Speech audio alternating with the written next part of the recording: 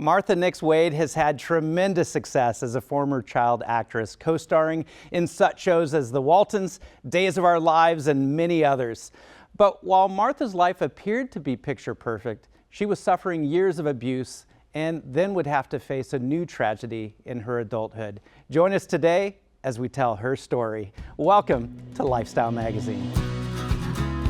This is Lifestyle Magazine with your host, Roy Ice, and key experts Mike Tucker, Dr. Charmaine Long, Lionel LaMountain, and Marie Mitchell.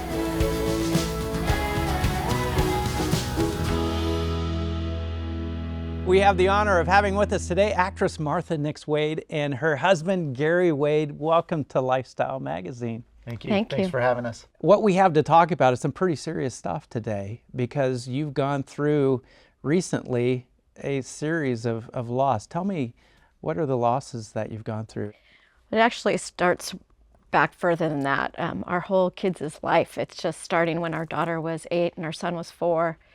It just one by one, family members and friends started passing away, making death really real, something where we were faced with mortality. But especially in the last few years, Gary's dad had passed away about 12 years ago. And then it was my mom of October 2018, my dad October 2019, and then Gary's mom in November of 2020. But in between there, our daughter's best friend at the age of 22 and Gary's best friend passed away a month apart from one another in 2020. And then in January of 2021, our 18-year-old son was killed in a motorcycle accident. Yeah, and he was named Ryder. He was. Yeah. Gary, tell me about your son, Ryder. Well, Ryder was pretty much a free spirit. He just loved life, lived life to the fullest. It was a good south. It was offshore. Avid surfer and water polo player. He was killed before his first water polo game in college. But he was just a very caring, loving kid who enjoyed life and lived it to the fullest. Martha, what went through your mind? I mean, going through a tragedy like that. In a strange way that's really hard to articulate. I feel like God was preparing me for much of his life. When I explain Ryder, I say he was full throttle. He was pedal to the metal. He was full throttle joy, full throttle grief, full throttle crazy. He just was always to the fullest. He was either doing something wild and enormous, whether it be caring for someone with special needs, or he was asleep. There was really no in between. And but because he lived life that way, even when he was little and he'd be climbing a tree and I'd watch other moms like freaking out, I just realized I needed to prepare myself to give him the opportunity to live the person who he was created to be, and let him climb those high trees and let him surf the biggest waves. And there was a part of me I feel that was always preparing me to hold on loosely to Ryder, and even into eternity. And so that day, when we first got the call that he had been in an accident, we all got ready like, well, I mean, Ryder falls and he gets back up. That's just what he does. So when we were driving and they redirected us to the hospital, which is a trauma hospital, and I'm telling people to pray, I'm praying out loud, and literally a Ryder truck pulled up next to us at the stoplight a block away from the hospital. And even though my prayer out loud was, Lord, please don't take our son, please don't take our son, in my heart, I knew he was already in the presence of the Lord. Wow.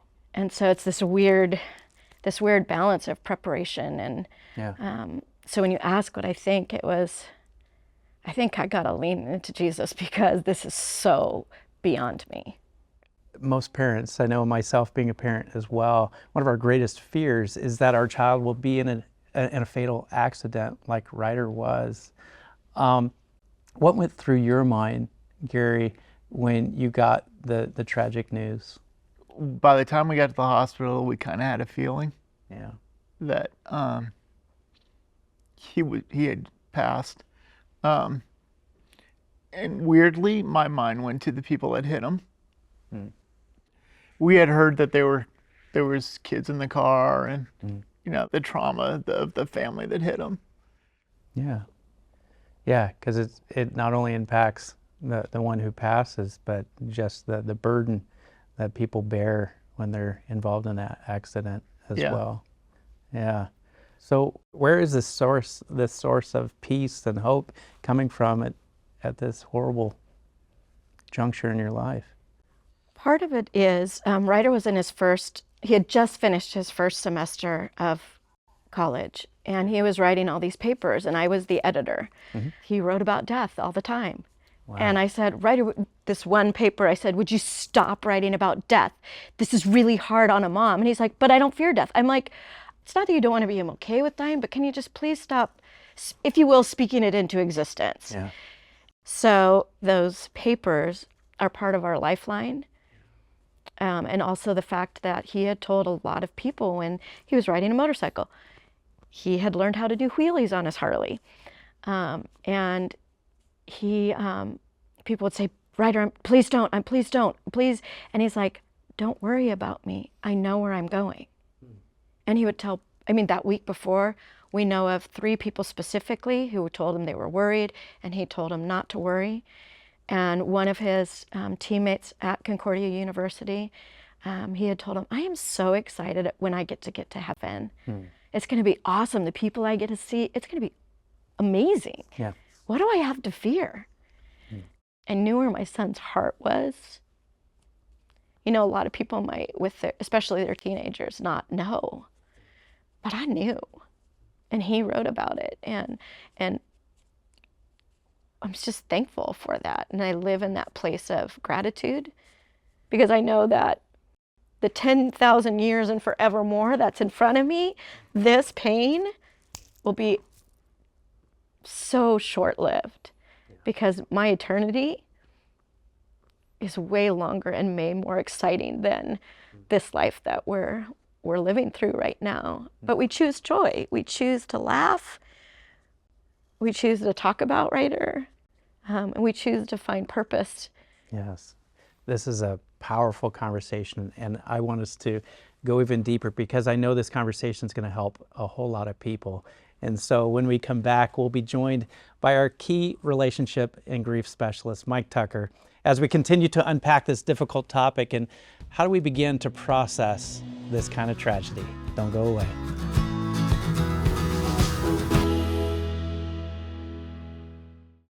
We're continuing our conversation with the Wade family, including their daughter, Bailey, who they just lost their son and brother, Ryder, in a motorcycle accident. And to help us process this even more, we're joined by our relationship key specialist, Mike Tucker, who is also a specialist in grief counseling. And I just have to ask you, you guys are so strong going through a situation like this, but how did you find a way forward? What was your experience going through your son's death and trying to find how to live again?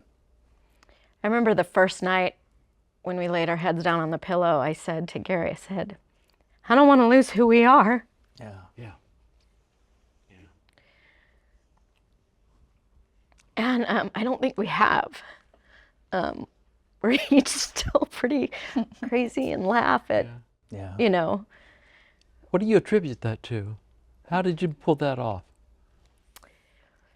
We don't honor Ryder if we are a fraction of ourselves. We don't honor the God whom we trust if we are not still relying on him.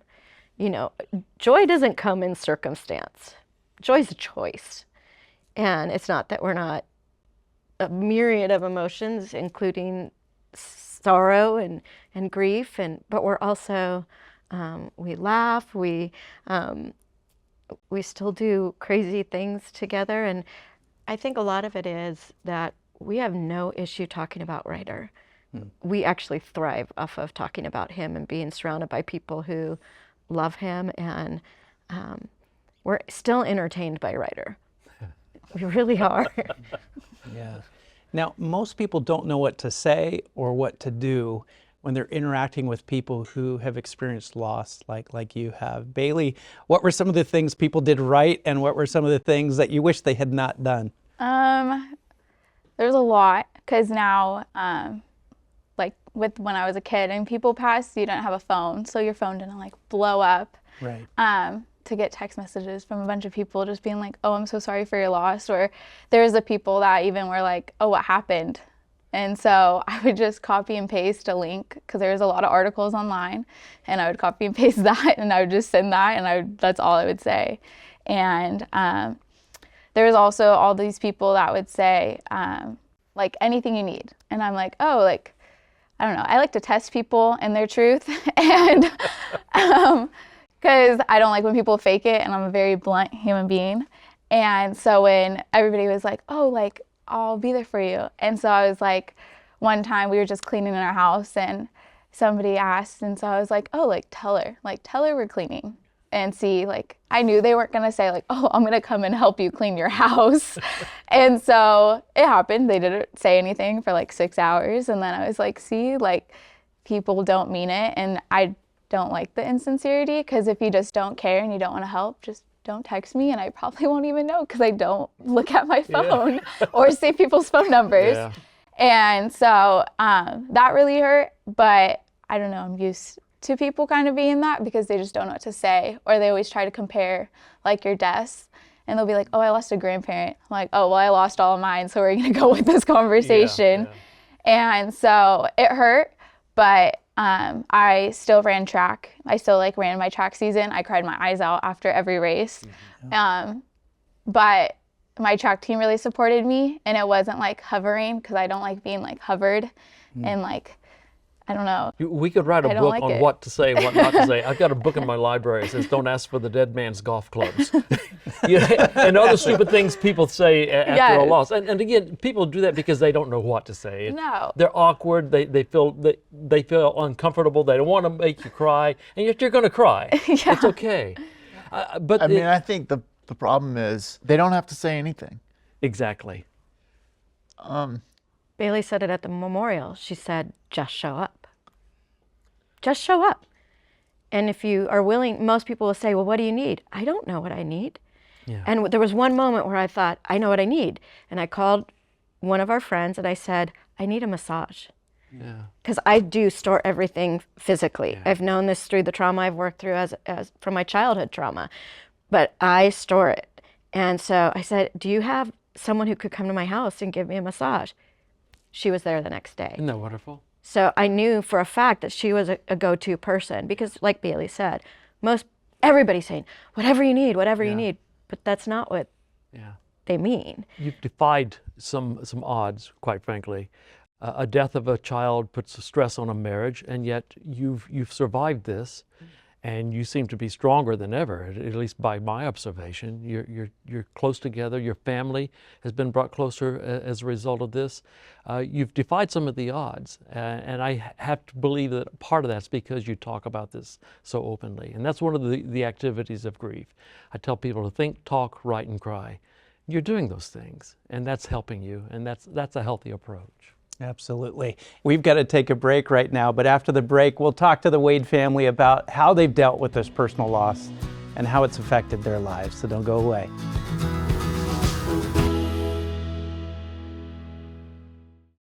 Trauma produces grief, and the trauma that results from sexual abuse is no exception. That grief can be absolutely overwhelming, but fortunately, new therapies are providing much needed hope for a better life. If you've been victimized by trauma of any sort, I urge you, seek help. You deserve a better life. We're back with Martha Wade, who even from her earliest life experiences experienced pain and loss, sexual abuse as a child actress. Tell me, Martha, how did that experience affect you? What happened? Well, my parents' best friend, he and his wife didn't have kids. And so kind of the common mantra was, oh, God didn't bless them with kids. We as a church community need to let our kids be part of their life because they love kids so much. My parents had no idea what was happening behind closed door. And so That story didn't come out until I was in my mid-20s when it became public, and it was discovered that he, at that time, that there were over 30 victims of his. Oh, my word. And the average perpetrator has 365 victims in a lifetime. Wow. So we honestly will never know how many. He only abused girls, but we will never know how many girls were affected by his acts, which were insidious in nature. They appeared kind and outstretched to parents. My parents were very, very overprotective. It was the only home where I was allowed to go.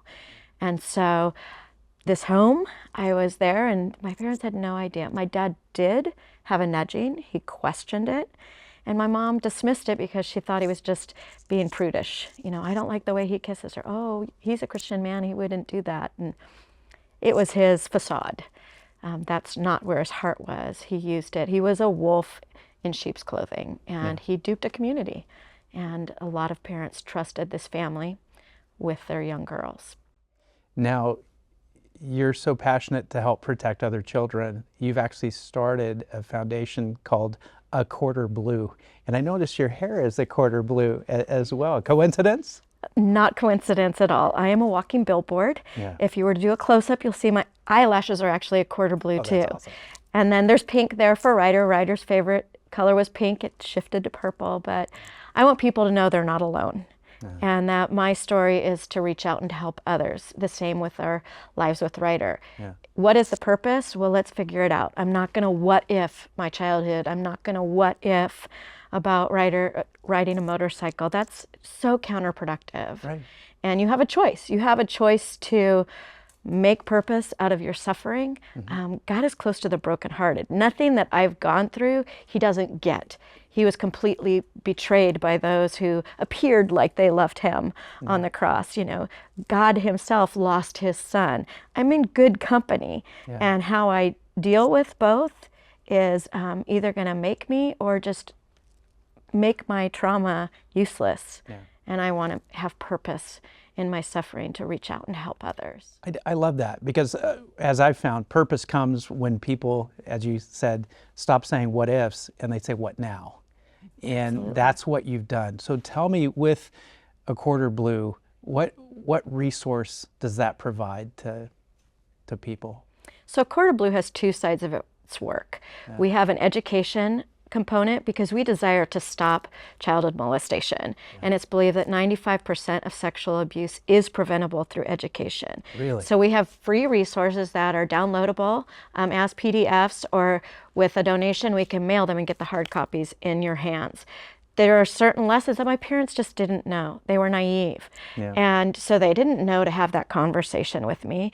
And most parents just don't even know how to start that conversation, and we help them with that.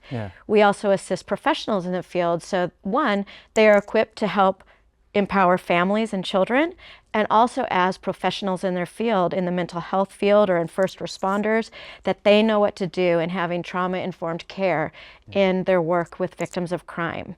A Quarter Blue has enlarged into not only work with victims of sexual assault, but crime victims, crime survivors and their family members, in addition to surviving family members of suicide.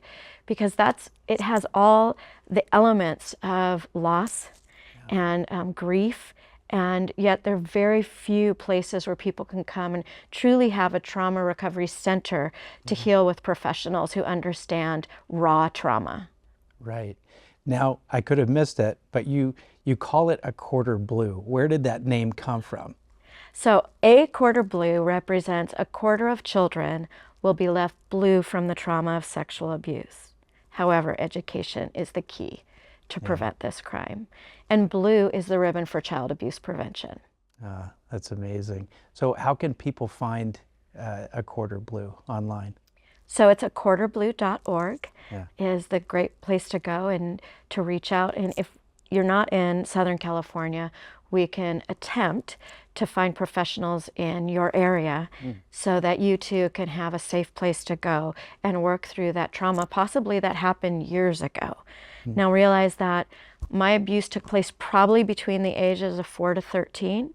I don't have a clear beginning nor end. That's trauma. That's ongoing trauma, because during that time of abuse, I dissociated. I went elsewhere. So I don't know when it started. I don't know when it ended. But I still needed that help, and I received it when I was in my 20s. And the church, who, as they found out about it, they provided us with not only a lien against my perpetrator's home to pay for our therapy, but support groups for us as women, our spouses or boyfriends, and our parents. And that's kind of the model of A Quarter Blue, surrounding the whole family and giving them an opportunity to heal individually, but also around peers who we can finish one another's stories. And so you realize you are not alone. What you are going through is completely normal for what you went through, but now's the time to create a new normal. Those are powerful words, and I'm sure not only your words, but your testimony and all of these losses are going to help so many people who are watching this program today. And I want you to stick around, because I've got a few closing thoughts right when we come back.